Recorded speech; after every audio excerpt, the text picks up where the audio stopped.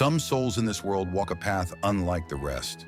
They carry a hidden light, a strength, and a resilience that cannot be explained by worldly means. They are not created to blend in, but to stand out. The rules of society do not define them, but by a higher purpose that calls them to awaken hearts, protect the innocent, and elevate humanity. In the language of the Sufis, these are Auliyah, the people of God. They are marked not by worldly status, but by a divine trust placed upon them. As Ibn Arabi writes, the real plants his secrets in certain hearts to manifest his wisdom on earth. These chosen souls are often misunderstood, envied, opposed, and even betrayed. Yet they rise again and again. Their survival is not luck, it is Wilayah, divine protection, a cloak of unseen mercy. If you have been mistreated, betrayed, or underestimated despite your sincerity, you may be one of them. And to those who harm such a servant of God, the Quran itself gives a warning. Indeed, those who oppose Allah and His Messenger are abased as those before them were abased. The unseen world does not stay silent. Today we will unveil 9 things that happen to those who harm a person walking under divine protection. This is not superstition, it is the way of the spiritual law, what Ibn Arabi called tajalli, the reflection of states. Before we begin, if this message finds you at the moment you need it, type 111 in the comments as a silent dhikr, a sign of your intention to align with the truth. The number itself has no power, but intention does. Now let us begin. 1. They will meet sudden misfortunes. Harming a heart beloved to God is not a casual act.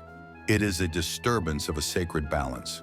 A chosen one walks under a protection that is unseen, yet real.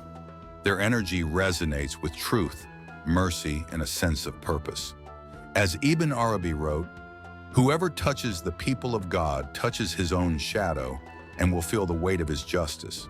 So when someone seeks to harm or deceive such a person, whether through slander, manipulation, or oppression, they are not simply hurting a person, they are pushing against a current far greater than themselves. The Quran gives an example in Surah Al-Qasas. Pharaoh plotted against Moses, peace be upon him. Yet every plot turned back on Pharaoh himself. This is how divine correction works. It often arrives as sudden misfortunes that appear out of nowhere. Deals collapsing, relationships souring, finances slipping, health deteriorating in strange ways. This is not revenge. It is the law of cause and effect magnified around one who carries a blessing. Harming a chosen one is like striking a mirror. The blow returns to the hand that delivered it. Divine protection does not sleep. 2. Their secrets will be exposed. You can hide from many people for a time, but you cannot hide in the light of truth. When someone tries to deceive or manipulate a servant aligned with God, the truth inevitably surfaces. Not because the chosen one exposes them, but because falsehood cannot coexist with certain vibrations. Ibn Arabi described it as kashaf, the unveiling that happens naturally around the people of sincerity. Those who plot betrayal, infidelity, corruption, or deception often find their own masks slipping off. What they've done in the shadows begins to show in the daylight, sometimes in dramatic ways. Whispers become public, hidden actions are revealed, and people begin to see them as they are. The chosen one doesn't need to raise a hand. Their presence alone triggers the unveiling. The Quran reminds, Allah brings forth what you conceal and makes manifest what you hide.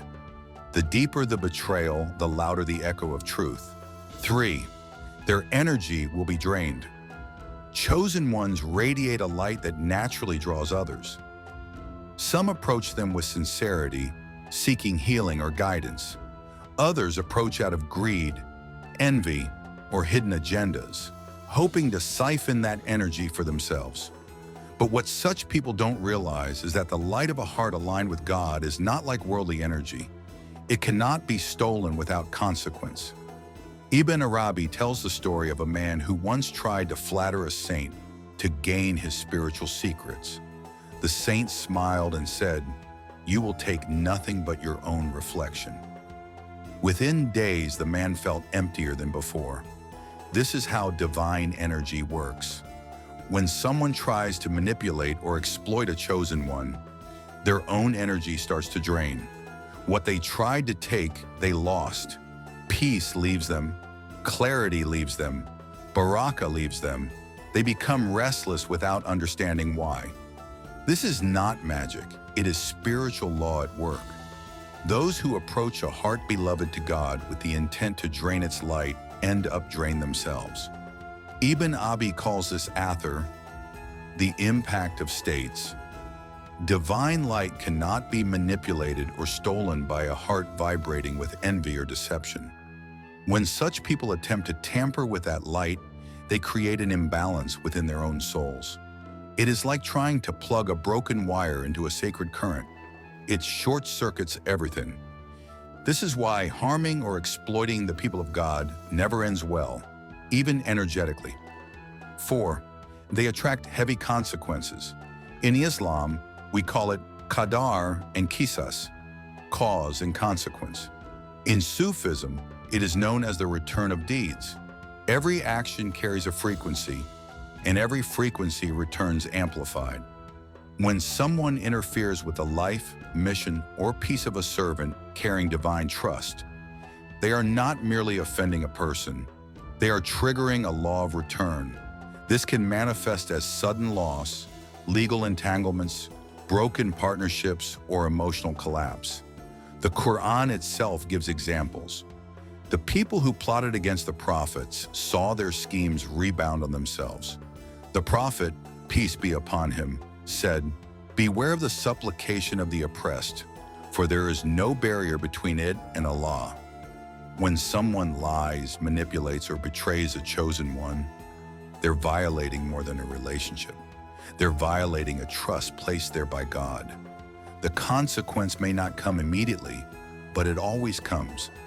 And when it comes, it hits where it hurts most: health, wealth, peace of mind. This is not punishment, but cosmic justice delivered without bias. 5. They are haunted by guilt. Even if someone appears to win after harming a chosen one, their victory is hollow. Deep down, the soul knows. Ibn Arabi wrote, "The heart cannot be at ease with injustice. It becomes its own witness against itself." At first, the guilt is like a quiet shadow. Then it grows louder. The mind tries to justify, but the heart aches. No matter how many distractions they chase, money, new relationships, attention, the emptiness lingers. Violating the presence of truth leaves a psychic scar. This scar becomes a source of inner unrest. Achievements feel hollow. Love feels incomplete. Peace feels far away. That is the weight of spiritual guilt. It does not shout. It whispers persistently. The more a person grows in awareness over time, the heavier the guilt becomes. Regret turns into a silent companion, disturbing their sleep, planting seeds of self-doubt. Because harming a chosen one is not just a betrayal of a person, it is a betrayal of light, of truth, of the path itself. Such a wound leaves a mark on the soul until it seeks repentance and repair. 6. They lose their blessings. The greatest irony is that by harming a chosen one, the offender often ruins the very blessing that was sent to help them. Many people don't realize that the person who entered their life wasn't just someone. They were a door of mercy. Perhaps it was someone who offered unconditional love, sincere advice, protection, or healing during a trial. These are rare connections. When they are damaged through betrayal, neglect, or abuse, the spiritual door they opened quietly closes. Ibn Arabi tells of a seeker who mocked his teacher. The teacher said nothing, but the seeker's barakah dried up. He later confessed, "After my insult, knowledge left my heart like water from an upturned cup." This is how it works. The offender may go on to meet new people, chase new goals, But nothing compares to what they lost. That connection carried divine favor, protection, and abundance. When they pushed it away, they unknowingly blocked the blessings that were meant to flow through it. The flow of divine opportunities halts. Synchronicities dry up. Life begins to feel like an uphill battle. The spiritual energy that once uplifted them is gone. Until they acknowledge their mistake and seek redemption, they remain outside the stream of grace, feeling a subtle but persistent sense of something missing. 7. Their life becomes spiritually blocked. When someone interferes with the path of a servant carrying divine trust, they don't just harm a person, they accrue a debt with the unseen. This debt seeps into every layer of their life. Suddenly, they begin to feel stuck. No matter how hard they try, nothing seems to move forward. Relationships falter, work and ambition stall. Even their worship begins to feel dry, as though their prayers are hitting a ceiling. In the Sufi language, this is called hijab, a veil that descends over the heart. Ibn Arabi wrote, "When you wrong a friend of God, a veil is lowered between you and your Lord until you return what you took." It's not anger, it's protection. The spiritual field erects invisible barriers, ensuring no forward motion until the harm is acknowledged. Every step feels like walking through mud. Every door stays closed, and the light that once warmed them now feels distant. Until they repent, seek forgiveness, and make peace with the divine trust they disrupted, they remain in spiritual quarantine. This isn't a coincidence. It's a consequence. 8. They lose their influence.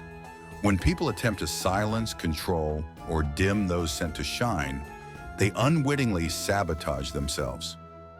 Their credibility falters, their support fades, and the respect they once enjoyed slips away. Ibn Arabi said, "He who tries to eclipse the light of another is only revealing his own shadow." Energy is cyclical. Attempting to block the people of God is like trying to cover the sun with your hand. Impossible and futile. The Quran gives a clear picture. Those who plotted to extinguish the prophet's message only spread it wider. The brighter the chosen one shines, the clearer it becomes where true power resides. Those who try to diminish them fade into the background. Irrelevant. Light cannot be contained, and those who try to block it lose their own. 9. They are forced to learn a lesson.